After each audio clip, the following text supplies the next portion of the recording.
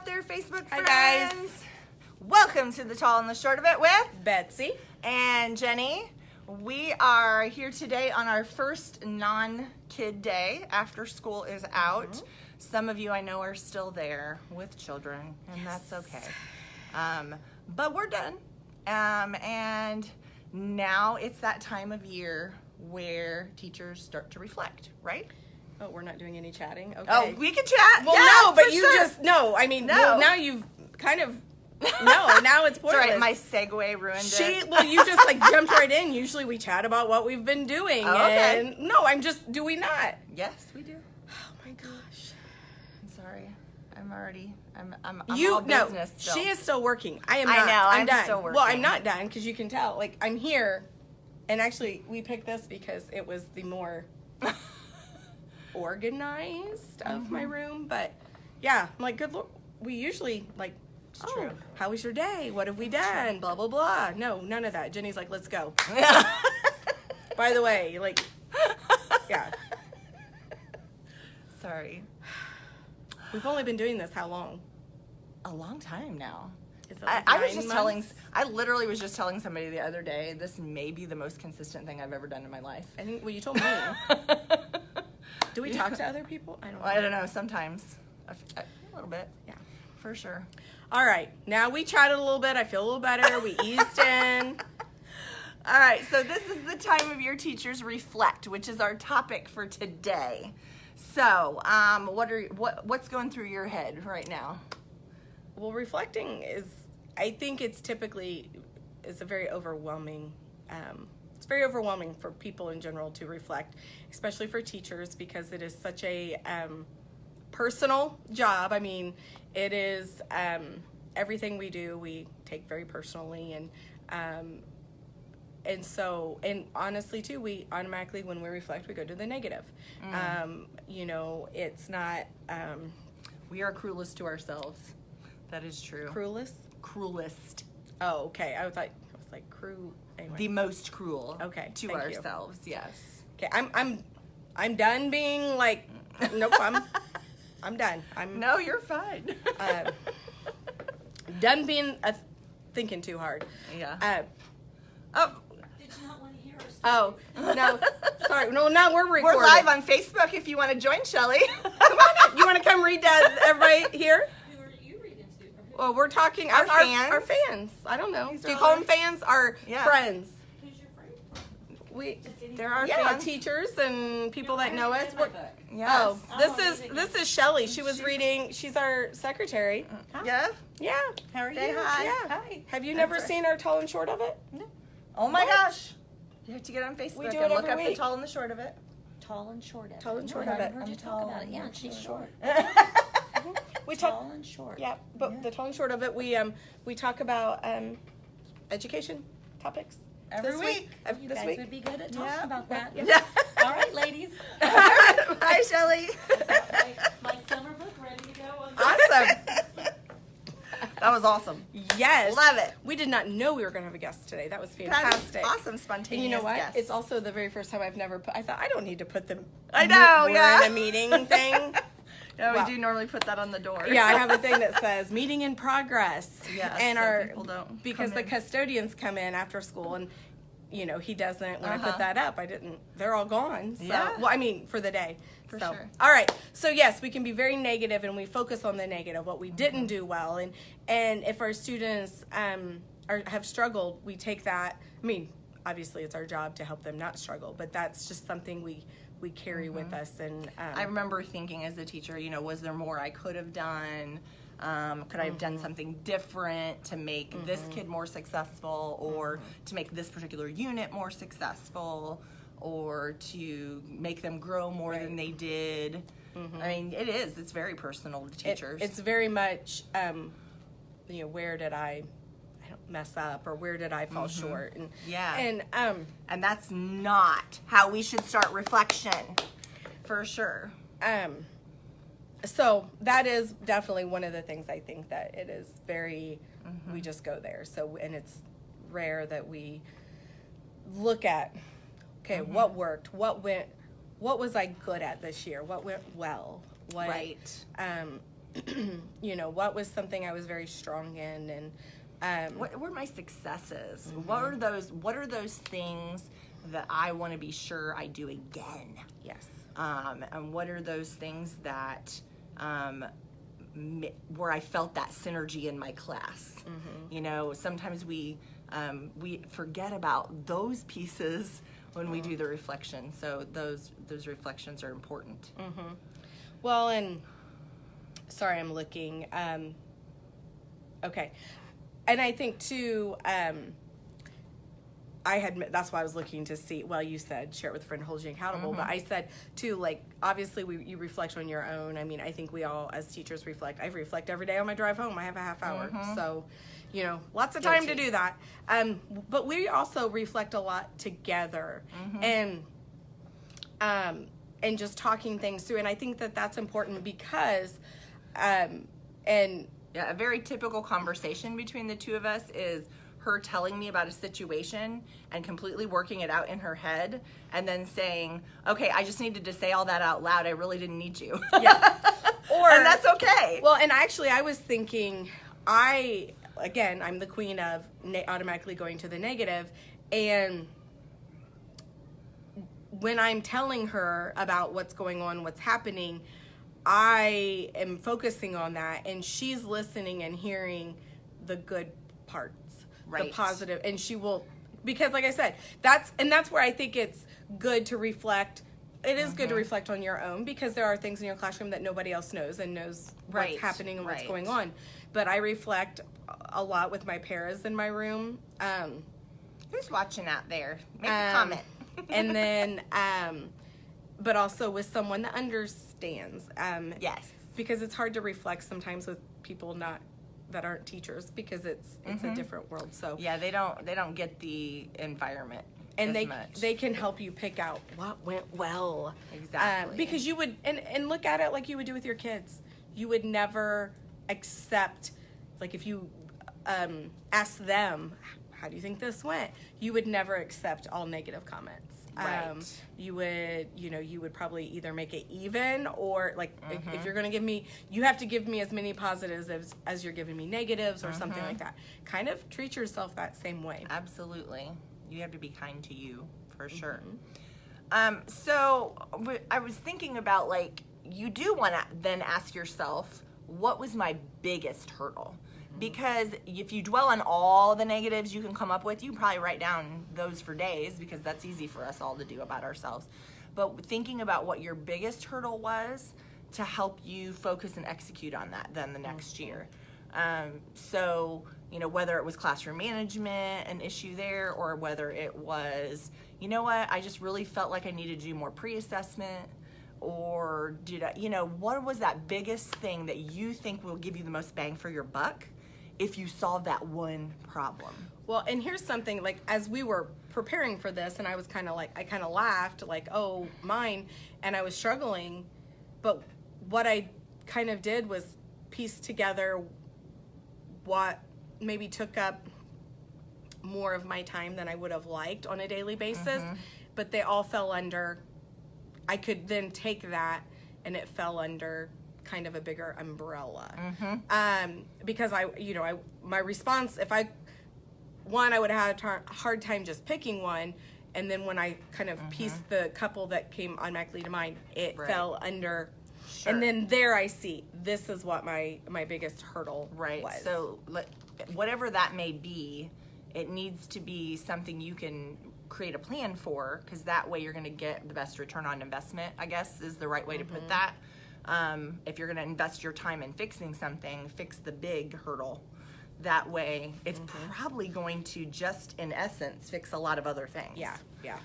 If you can get over that thing that you think was your biggest hurdle. And that may take some time to work out what you think was the biggest, unless it's like extremely obvious. I had to sit here and talk it out. Yeah. That's kind of how I apparently process. Right, and if you're like a therapist or somebody that's not like the teacher in the classroom, those things may be organizational, it may be time management, it may be scheduling, it may be getting my paperwork done, or Medicaid billing, or whatever those things are. Time management, just in general, you know. Those are things to then start researching. How do other people do these things to make it easier?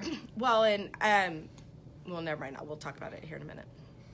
So once you've got all the things you definitely want to keep, and then that biggest hurdle, now you can start to set goals. I think that's like a big thing. And I know we write enough goals in a school year as special educators to float a battleship. But we do have to have those goals for ourselves if we want to get better. If you just saw the as look on my teachers. face, and it was odd, I was trying to figure out where she's going, and I got it now. Oh, okay. I was reading our notes going, I'm so lost. Where'd she go?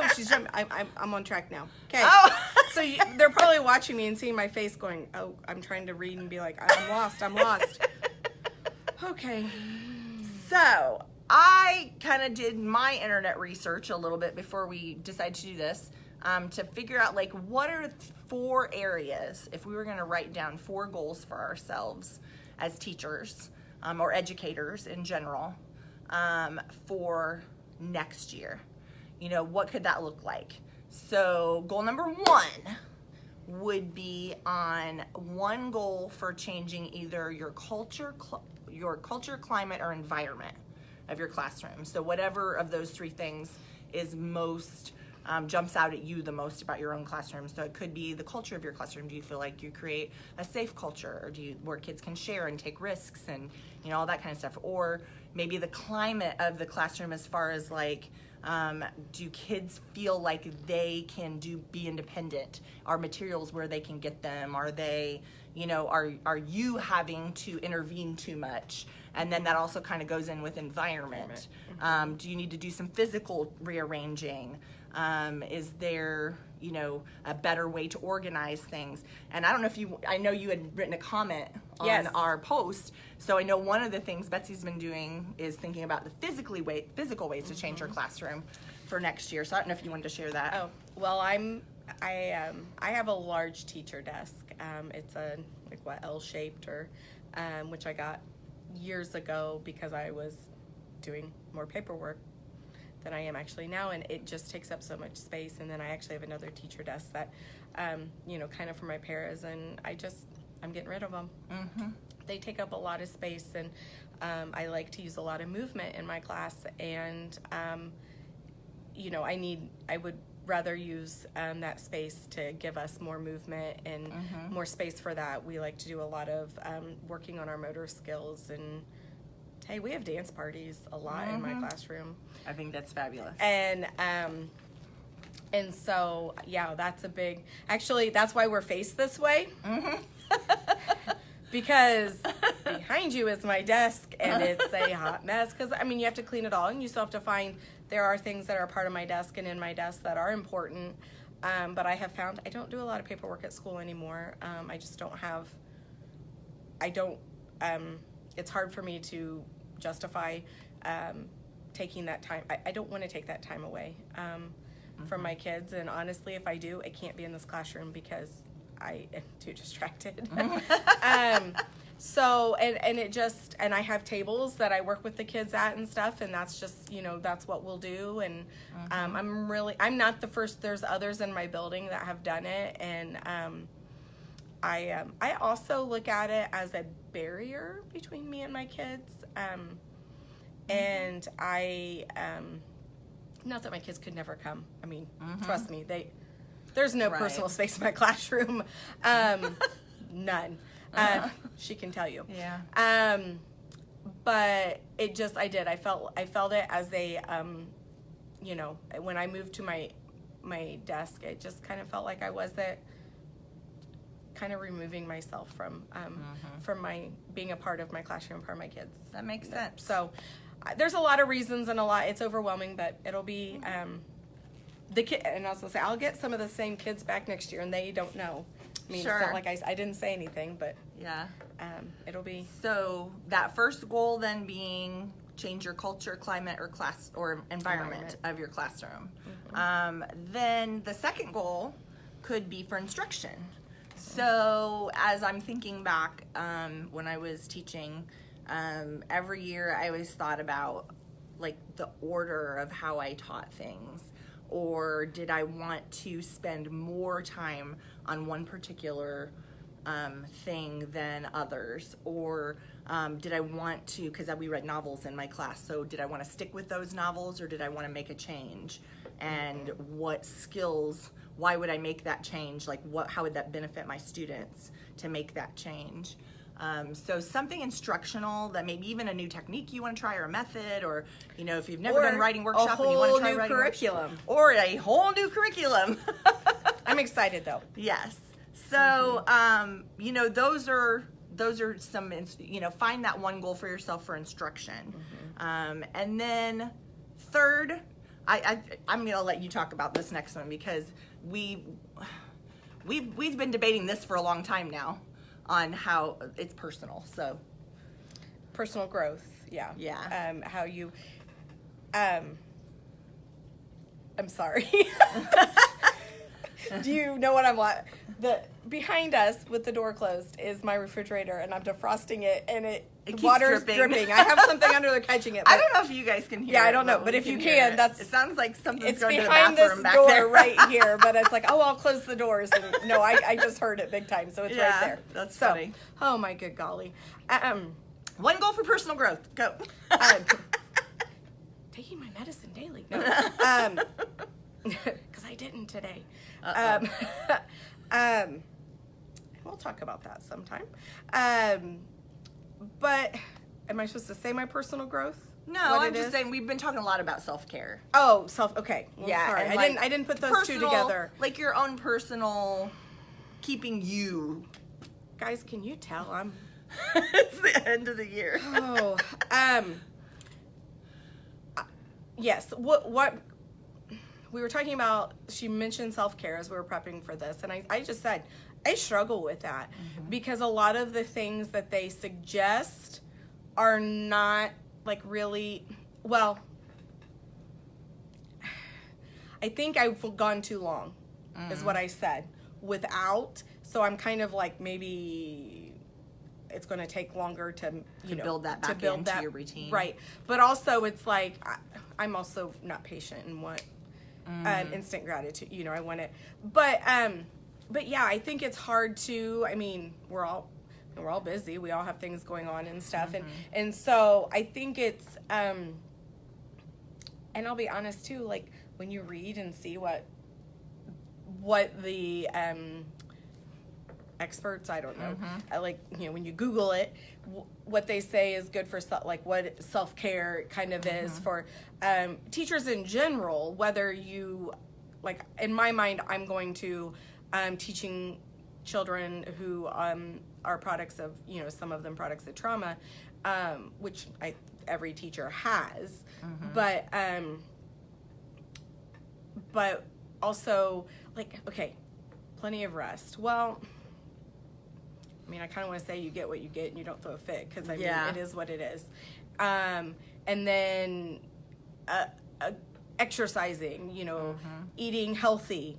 Okay, I'll be honest, like other than the getting plenty of rest, like am I doing that? I don't know. Like to me, self-care is okay. Like I told Jenny, she belly dances. That is, to me, that's her self-care. And also her every Monday. Also her creativity, like creating costumes and different things like that. Like that's her self-care, I believe. And then, I like to sew. Yes. And, just things like that are not school related. Right. And anyway, so I think that's my, and I do have a goal for that this summer. We'll see how a new hobby I might try. I don't know. We'll see how it goes. But anyways, like I said, this is just one that I struggle with. And so I don't know if you guys struggle with. And I think... and another thing that I think teachers don't... I didn't used to do this, and I do now, and it is making such a difference for me.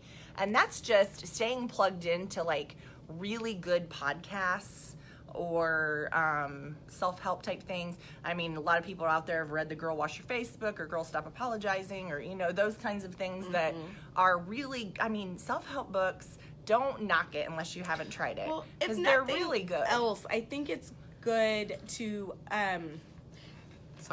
it's good to get your to kind of get yourself into a more positive place. I'm trying to remember. Did I tell? I don't remember if I told you this or what. But like I've been changing the music I listen to on the way. Did I tell you this? On the way to work, or even once I get to work, because I get to work at least a half hour to an hour early, just to, again, try to get myself going. But it's changing. I'm not listening. I might listen to more praise and worship on the way to school, and or like starting my day that way. And and so I think that's I think it needs to be something that is happening all the time and daily, but it also needs to be baby steps. For sure. A little bit at a time. But like I said, I have a 30-minute drive every day, so audiobooks and podcasts and things like that are perfect, because most of them are about 30 minutes. And the podcasts anyway. So I can listen to an episode on my way to work. So it just, and like I said, that's something I really struggle with. I'm not somebody to come get advice for that on, but I don't know, share that with, what do you do? What have you found? What works? What, help me, please. What self-care do you do? Exactly. And then the fourth goal, last but not least, is just a goal for building relationships somehow within your building. And that doesn't have to be just with kids, that could be with staff.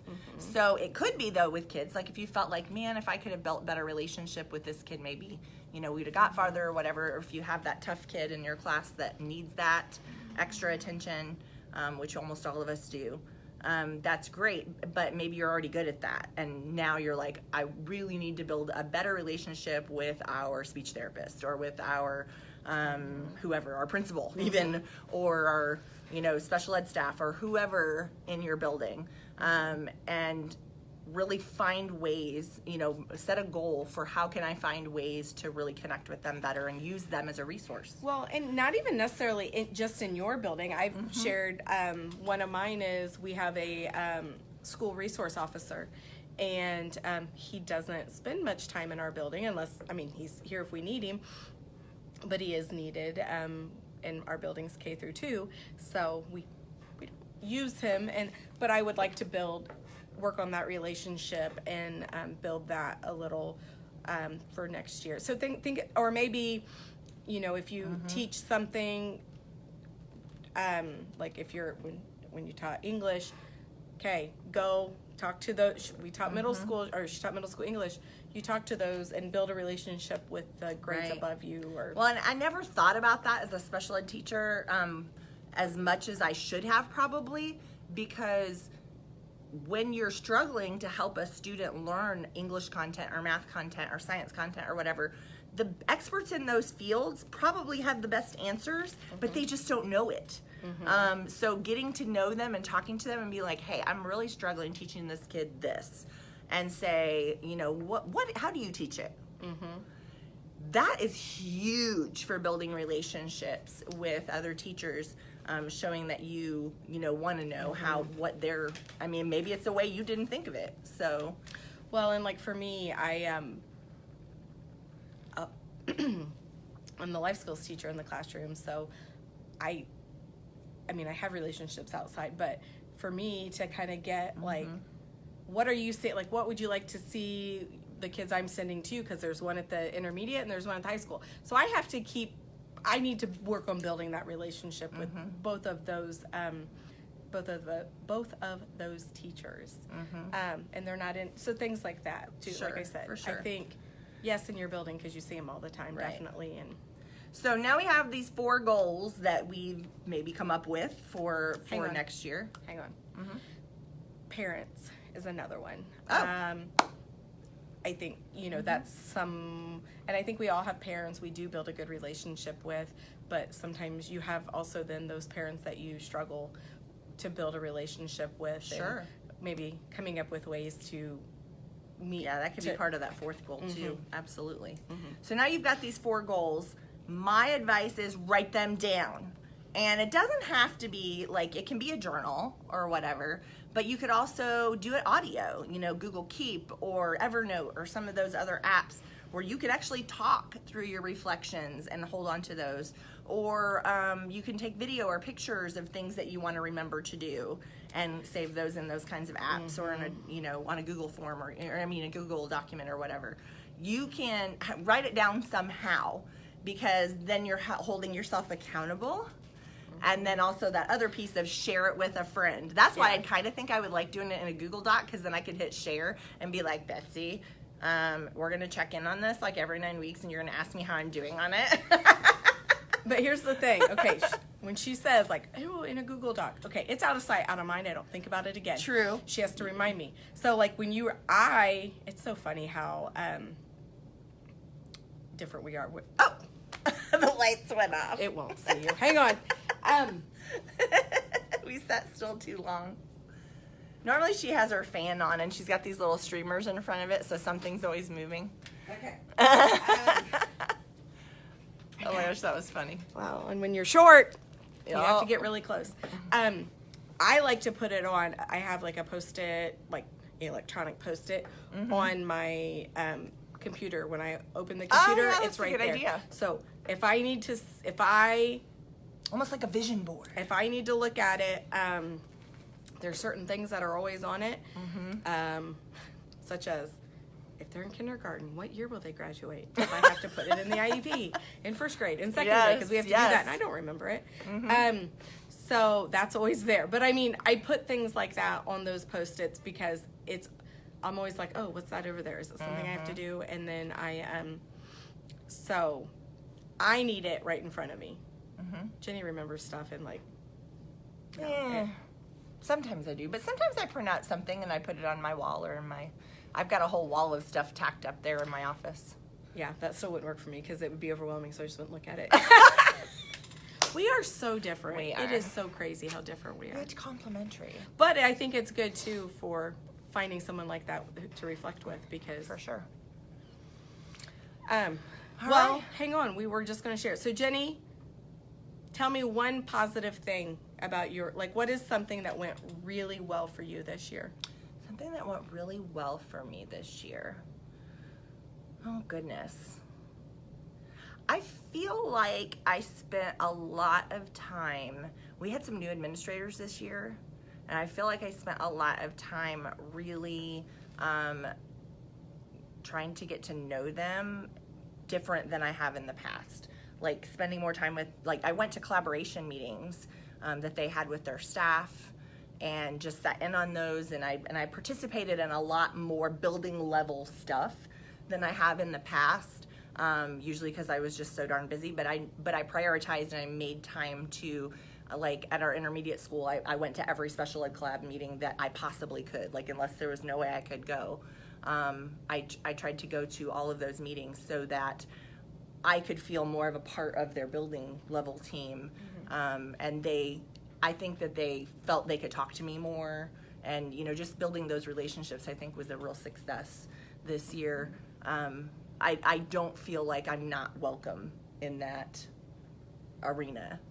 So I that was something different than ever before. I've never gone to building level collaborations, and I think that was worth it. Awesome. How about you? After I asked you that question. Now you're like, crap, she's gonna put me on the I know, spot. I was sitting here thinking like, what? One thing that went really well.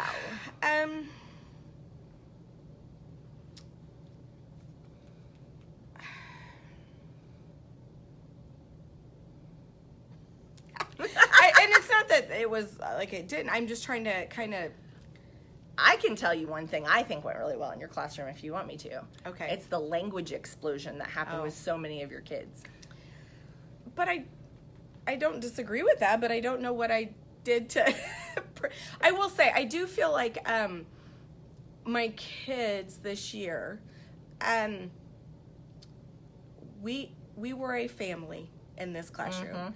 My kids fought like siblings, but they at the same Yes. time they stood up for each other, and they we even laugh that like in my classroom with my paras, they like would do the whole like, well, I know mom's gonna say no, so I'm gonna ask dad kind of a thing, and but I just really feel like there was a big change, in not a change, but there was a comfort level and we had a very tight-knit like community kind of feel in my room, and I think that that's part of why we did have that language, because we had a lot of language growth with quite a few of my kids. Or it could just be the frog we saw outside yesterday, and my golly, I've never heard the child speak so many sentences all at once.